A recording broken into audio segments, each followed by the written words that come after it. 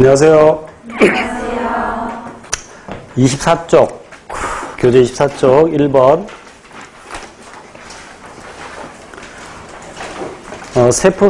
세포설에 대한 얘기인데, 먼저 슈반이라는 사람이, 그래서 이름이 중요한 건 아닙니다만, 동물을 대상으로, 그리고 또한, 슐라이덴이라는 사람은 식물을 대상으로 모든 생물체는 세포로 이루어져 있다. 그러니까 슈반은 뭐라고 했냐면 동물은 세포로 이루어져 있다. 슐라이덴은 식물은 세포로 이루어져 있다. 다시 말하면 세포는 생물체의 구조적, 기능적 기본 단위가 된다. 세포설이고요. 그리고 이제 피로가 이 세포설을 완성하는데 모든 세포는 세포로부터 만들어진다. 2번. 광학현미경 중에서 시료내의 밀도체를 증폭시켜 염색하지 않은 세포나 살아있는 세포를 관찰하기에 적합한 현미경은 위상체 현미경. 3번. 모발의 정밀한 표면 조직을 연구할 때 표면 조직, 그러니까 주사전자 현미경이고, 세포 소기관의 자세한 구조를 연구할 때는 세포 내부를 관찰할 때 투과전자 현미경인데 투과전자 현미경을 템이라고 하죠. 아까 주사전자 현미경을 셈이라고도 하고요. 4번. 접안 렌즈는 짧을수록 고배율이고 대물 렌즈는 길수록 고배율이죠. 범위 빨리 나와. 5번. 고배율일수록 작동거리는 길어져 짧아져?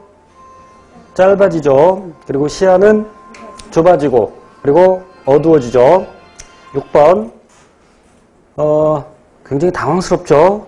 저도 당황스러워서 무엇을 얘기했는지 모르겠어. 당사자는 얼마나 당황스러웠을까? 6번. 더 덥다. 고배율로 관찰할 때 시야가 어두워지기 때문에 고배율로 관찰할 때는 빛을 더 모아줘야 되죠. 그래서 오목거울을 사용하거나 조리개를 더 열어야죠. 7번. 분해능 어쩌고저쩌고. 그래서 D값이 바로 그 분해능 값인데 그 값이 클수록 아니면 작을수록 해상도가 좋다? 작을수록 해상도가 좋다. 8번. 이건 지난 시간에 다뤘죠. 넘어가고. 9번.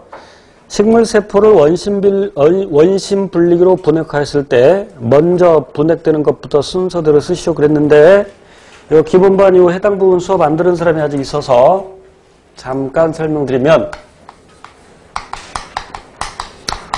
원심 분해법 또는 세포 분해법이라고 하는데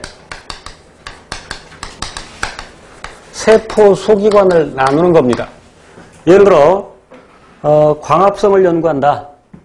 그럼 광합성이 실제로 일어나는 엽록체만 골라서 광합성을 연구하려고 할 때 그 엽록체만 골라내야 돼. 또는 세포흡은 물론 세포질에서도 일부 일어나지만 주로 미토콘드리아에서 일어나니까 미토콘드리아를 골라내야 되죠. 그래서 특정 세포를 골라낼 때 세포 소기관을 먼저 뭐 진짜 이렇게 생긴 건 아니지만 무의식적으로 나타내면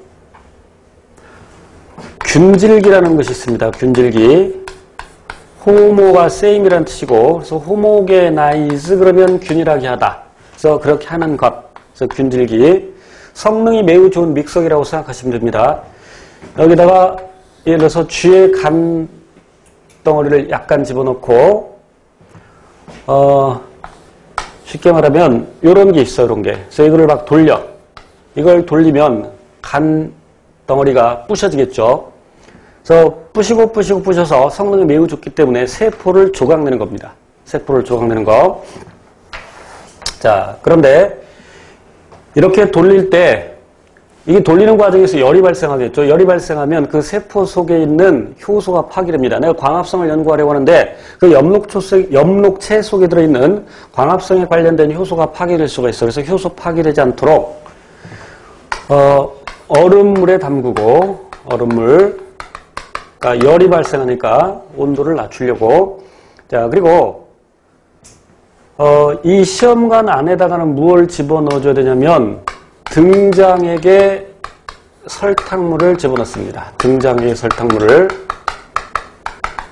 등장액이라는 것은 여기 있는 이 세포의 삼투압과 같은 삼투압을 갖는 용액. 쉽게 말하면 농도가 세포의 농도와 같은 농도의 용액. 여기에 만약에 증류수를 집어넣게 되면 세포 안쪽의 농도가 상대적으로 더 높아서 세포 안쪽으로 물이 들어가서 세포가 터지겠죠. 물론 세포를 결국 터뜨리려고 하니까 세포 터뜨리는 데는 도움이 되겠지만, 그럼 그 세포 안에 있는 소기관의 엽록체를 예를 들면 엽록체 안으로도 물이 들어가고 엽록체도 터져버리겠죠. 그래서 같은 농도의 용액에 집어넣어야 되죠. 같은 농도에. 같은 농도니까 물의 이동이 똑같아서 외관상 없다. 요 3초 현상에 대해서는 나중에 구체적으로 살펴보겠습니다. 자, 그리고 그래서 세포를 부신 다음에 이제 다시 원심 분리기에 집어넣는데, 원심 분리기. 실에다가 물체를 매달아서 소위 등속 원운동을 할 때 이 물체가 밖으로 튕겨나가려는 힘을 원심력이라고 하죠. 이 원심력을 이용하는 겁니다. 그래서 실은 이제 밀도 영향을 받는데, 크기가 매우 작아지는 경우에는 밀도뿐만 아니라 크기와 무게의 영향도 받는데, 크고 무거운 것이 더 힘을 많이 받겠죠. 그래서 여기 이렇게 시험관을 꽂을 수 있는 구멍이 있고 시험관을 꽂고서 돌리면 크고 무거운 것이 먼저 아래로 가라앉는다. 그래서 원심력을 이용하기 때문에 원심분해법이라고 하는데, 그래서 예를 들어서 식물세포를 원심분해한다 그러면 이렇게 두 층으로 분리가 될 텐데, 아래쪽이 세포벽과 핵 등이 오게 되죠. 세포벽 그리고 핵이. 나머지 용액을 상징액이라고 합니다. 상징액. 일부 책에는 상등액 또는 상층액이라고 되어 있는데 원래는 상징액입니다. 이게 맑을 징자죠. 이게 돌리게 되면 이렇게 아래로 가라앉으면서 윗부분이 맑아지겠죠.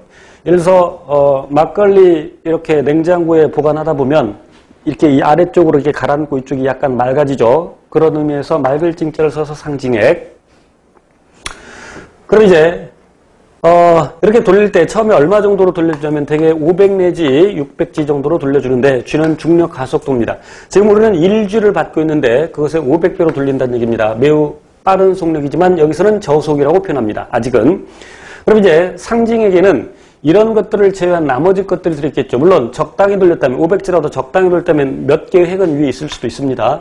자, 그리고 이 상징액을 다른 시험관에 따라 옮겨서 옮긴 다음에 이걸 또 돌립니다. 그럼 또 돌릴 때 아래쪽에 또 무언가가 가라앉겠죠.